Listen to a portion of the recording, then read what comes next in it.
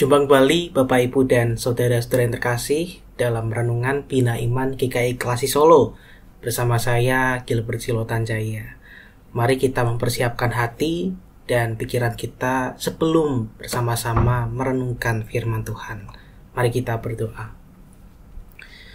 Bapa, kami sungguh bersyukur hari lepas hari yang sudah kami lalui, penyertaan-Mu itu dapat kami rasakan.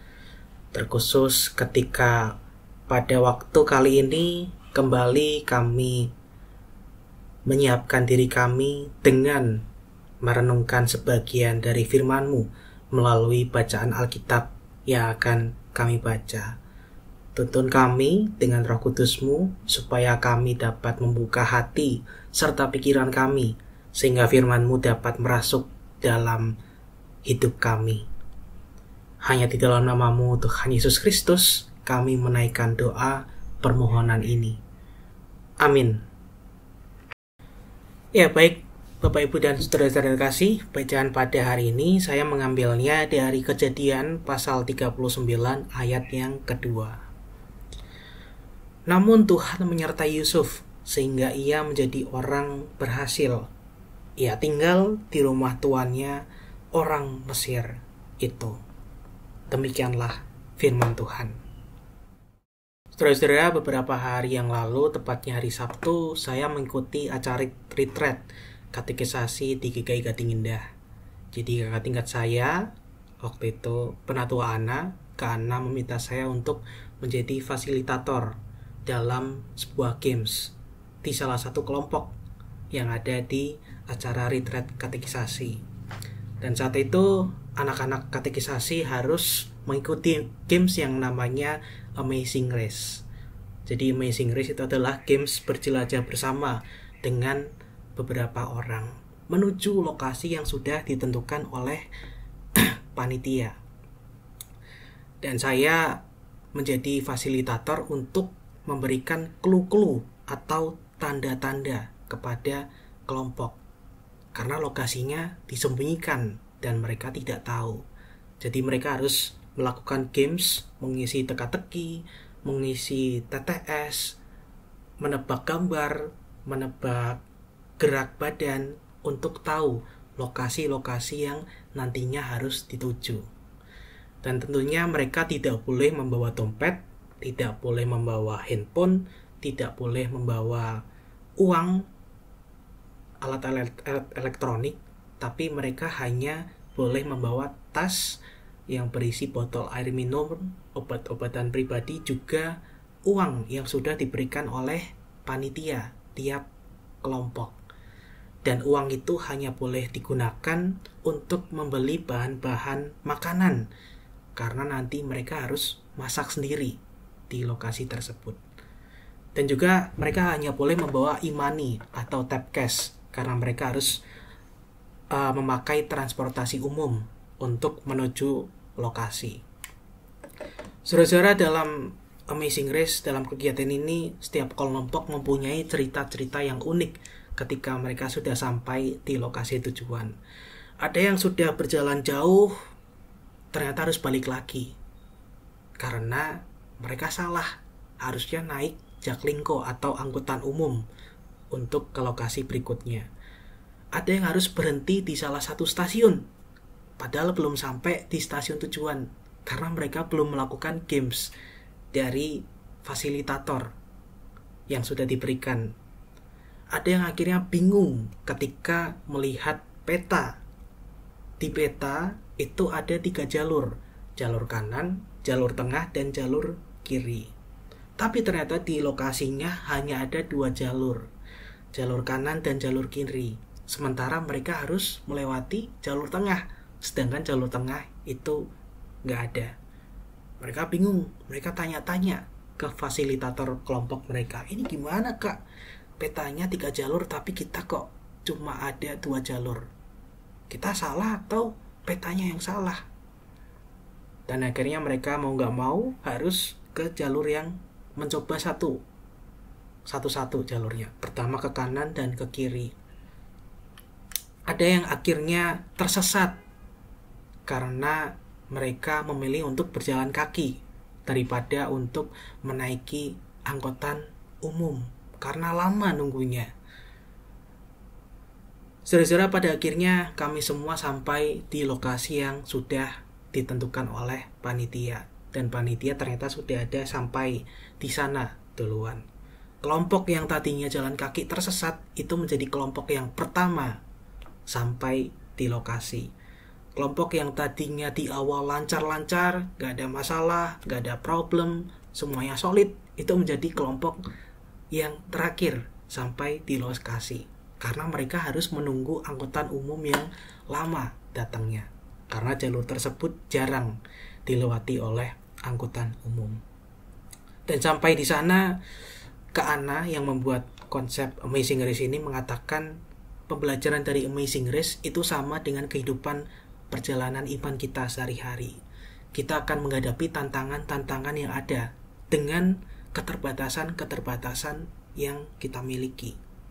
Kalau dalam Amazing Race, kita nggak boleh bawa handphone, jadi kita nggak bisa lihat maps di Google Maps. Kita nggak boleh bawa uang, jadi kita nggak bisa pesan GrabCar atau GoCar supaya kita bisa sampai di sana dengan lancar.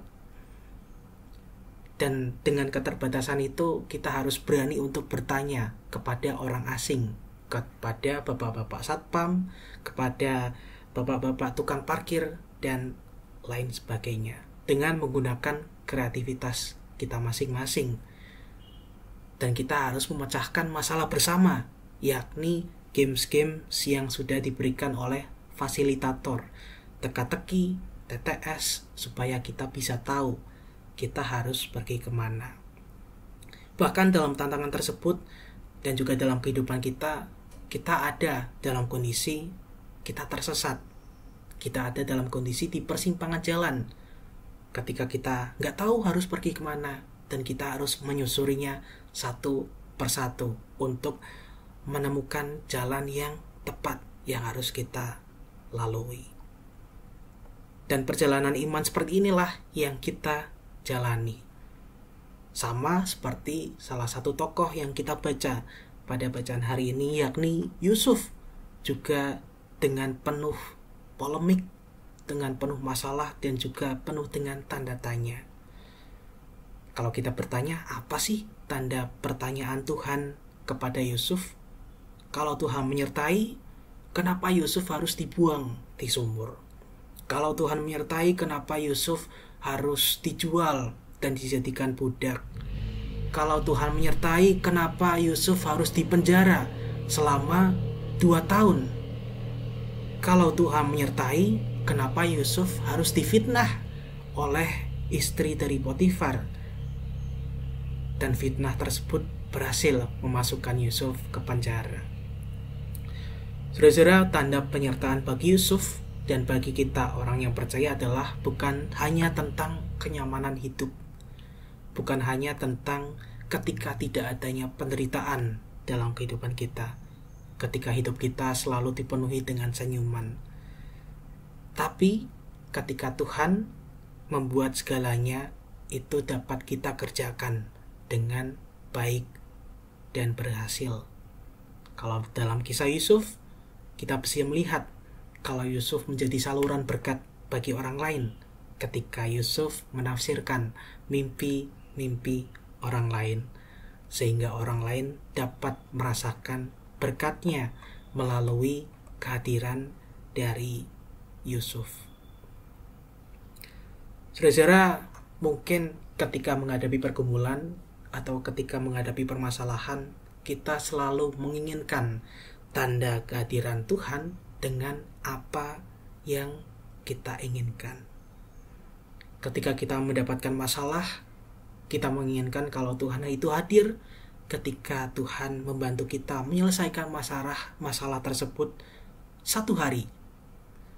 Ketika kita punya hutang-hutang yang banyak, Tuhan hadir ketika hutang kita lunas dengan cepat dan juga dengan instan. Ketika kita punya masalah dalam relasi, kita konflik dengan orang lain, Tuhan hadir itu ketika orang lain itu yang duluan minta maaf kepada kita, sujud untuk meminta maaf. Ketika kita ingin lepas dari status jomblo atau dari status single, Tuhan itu hadir ketika besoknya kita dapat pasangan yang ganteng, besoknya kita dapat pasangan yang cantik, sesuai dengan apa yang kita inginkan.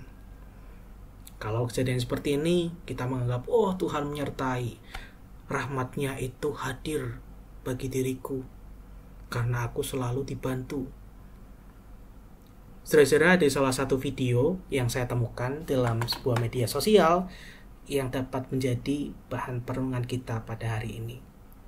Jadi dalam video itu ada satu orang pendeta yang mengatakan kalau doanya itu selalu dijawab oleh Tuhan. Ketika aku minta kekuatan, Tuhan menjawab doaku dengan memberikan kesulitan untuk membuatku bertambah kuat. Ketika aku meminta kebijaksanaan, Tuhan menjawab permintaanku dengan memberikan masalah supaya aku belajar untuk bijaksana menghadapi masalah tersebut. Ketika aku minta keberanian, Tuhan memberikanku bahaya untuk aku atasi. Ketika aku meminta cinta, Tuhan memberikanku orang-orang yang bermasalah, orang-orang yang menjengkelkan, supaya aku belajar untuk mencintai sesamaku. Saudara-saudara, tanda kehadiran Tuhan itu juga ada.